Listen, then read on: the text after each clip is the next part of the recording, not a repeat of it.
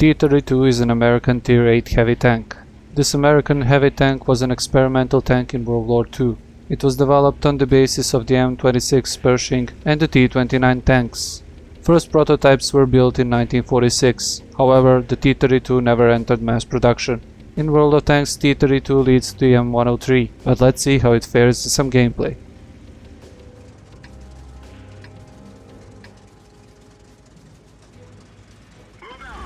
Hello guys and welcome back to World of Tanks Ace Tankers series, and today we are going to take a look at the T32, and as you can see we are playing an assault game mode. This time we are playing the assault on the Siegfried Line.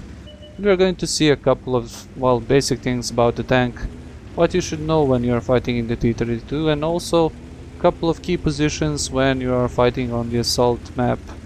So let's get just stuck into it, and as you can see, driving for us is SmrtonosnaHorda, and he is going to be driving his T32 in a pretty nice matchup, as I have to say that. He only has 3 tier 8s to worry about on the enemy team, and the rest are tier 7 and tier 6, and that's a good thing when you are driving the T32. So I'm going to start off with one of the weakest things about this tank. That's the gun. The gun is 0.41 accuracy, and well, it's not that accurate, and it also doesn't have that good penetration, so you only get 198 millimeters of penetration, which is pretty bad. But when you're fighting against lightly armored tanks like the you can see on the other side, that's the Scorpion G and the AMX CDC, you are not going to have any problems, and the rest tier 7 and tier 6 are also not going to make any problem for you. And now for the good things about the T32. As you may have noticed there, he bounced a shot from the Scorpion G there. Really, the T32 probably has the best cupola in entire game. It is 298 millimeters at the front. I believe it's 198 at the side and 150 or more at the rear, so you're not going to be penetrating this one. Well, as you can see, nothing can penetrate this one when it gets hull down. And you can get hull down with this tank because you get 10 degrees of gun depression, which is more than enough to, well, dominate the ridge lines when you're fighting in your T32. Now, in context of this gameplay and this replay, he is in a pretty nice matchup here. He is fighting assault, so this position is pretty nice for him. As you can see, he can control the ridge line where usually the tank destroyers are. So the tank destroyers from that position, that's the T28 prototype and the Scorpion G, which are pretty good tank destroyers, cannot penetrate the T32 that is hull down. So yeah, he is using the advantages of the T32 the best way he can. He is bouncing shots left and right and center, and he is going to hold this position all by himself. Now the problem is he doesn't have any support here. If he wants to take out these tanks, he is going to have to risk a little bit here. Now he finds a nice shot there, finishes off the tier 8 tank, and now he is fighting against the T28 prototype. And did I mention that I hate shooting at the T28 prototypes? I believe that I mention it every time when I see a replay somebody shooting at the T28 prototype. It's a really nasty tank if you know how to drive it, and it looks like the enemy T28 prototype really doesn't know how to drive this tank.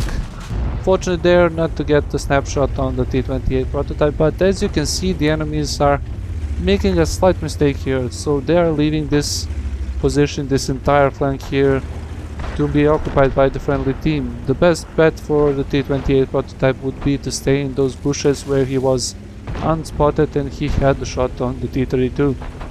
Now he has allowed the T32 to enter the city, and we are going to see one heavy gameplay here, because as you can see, the enemy team is just obliterating the friendly team and there is nothing they can do about it.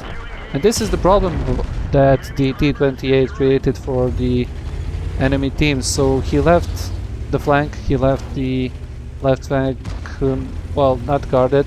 There is only MX CDC, and now the T32 has the flanking shot on the well, the tanks that are left here. So he got one into the Tiger 1, I believe. He killed him.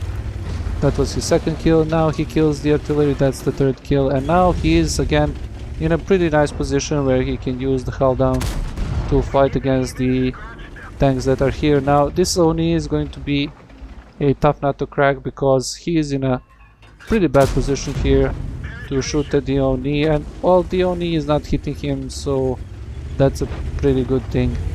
Now the T32, as I said, whenever you get the chance to use the cupola, use it.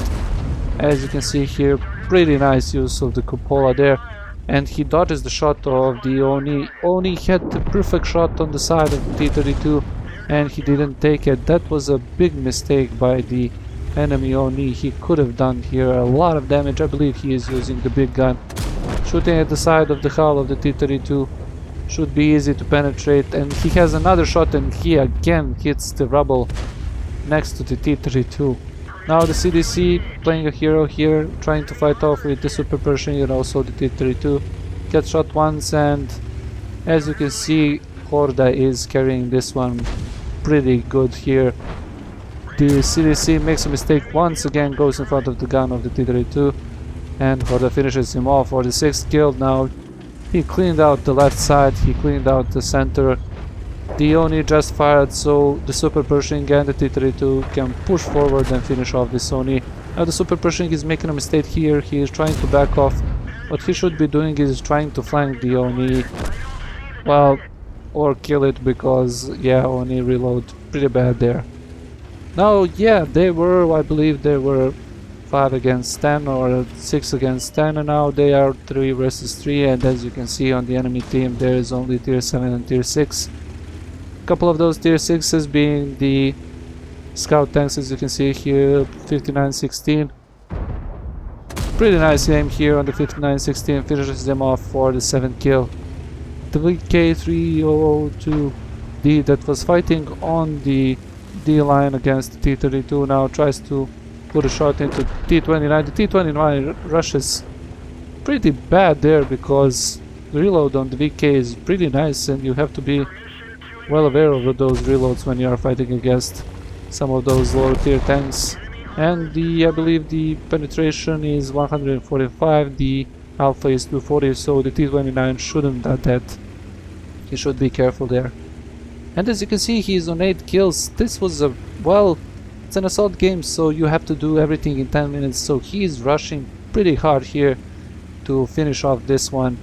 The VK is in a, well, he was in a nice position so far to fight off against the other tanks, but now against the Super Pershing and the T32 he cannot really do anything. So he's rushing for the 9th kill. It is going to be a pulse medal, or do we get the pulse medal for the 9 kills? I don't know. We're going to see the post-game stats, all the medals that he got here. One of them probably being the steel wall because of all those bounces that he got at the beginning of the game. Now aiming on the VK3601. This is, I believe, around 200 meters, and he misses. That gun was not fully aimed, but 0.41 accuracy really didn't pull for him there. Now once again shooting on the move, and now he hits, which is really bizarre. He should have hit that one, and he should hit that one that was aimed fully. Another shot on the VK here, finishes off the VK, 9th kill. That's a GG, and let's take a look at the post-game stats. As we can see here, he got a couple of medals like Bruiser, Duelist, Fire for Effect, Shellproof, a Radley-Walters Medal for 9 kills, Steel Wall Medal, High Caliber Medal, Top Gun Medal, and of course the Mastery Badge Ace Tanker. On the team score sheet we can see that he finished first with 1761 experience, 9 kills and over 5000 damage. Also one thing to note is that his friendly KV-4 in the platoon got 1300 damage and over 7800 blocked, which is really impressive. On the detailed report we can see that he fired 27 shots, of which 22 hit the target and 19 penetrated. He was also able to block 12 shots, totaling 2640 damage. And with the standard account he was just able not to lose any credits in this game. As always, a summary of what we saw in this gameplay. Now we saw an excellent use of the T32. With the great cupola and the great armor on the cupola and also a great gun depression, you are best fighting off on the ridgeline where you can utilize your advantages against the enemy team. And Horda did that exactly in this gameplay. He used the T32 as he should, and when he saw the opportunity to go into the city and help out, he did that, flanking the entirety of the enemy team and finishing off the tanks one by one. A really nice gameplay there. As always guys, if you liked the video, leave a like. If you didn't like the video, you can leave a dislike. Leave a comment what you think about the T32 and what you think about the hold down position on the assault game mode. Also, if you don't know what to watch next, you can watch the previous video in the T54E1. It is a great example how you should use your AFK tanks when fighting against the enemy team. And when you're done doing all that stuff, you can subscribe to the channel if you haven't done that already. Hope you guys like this one, and I'll see you in the next one.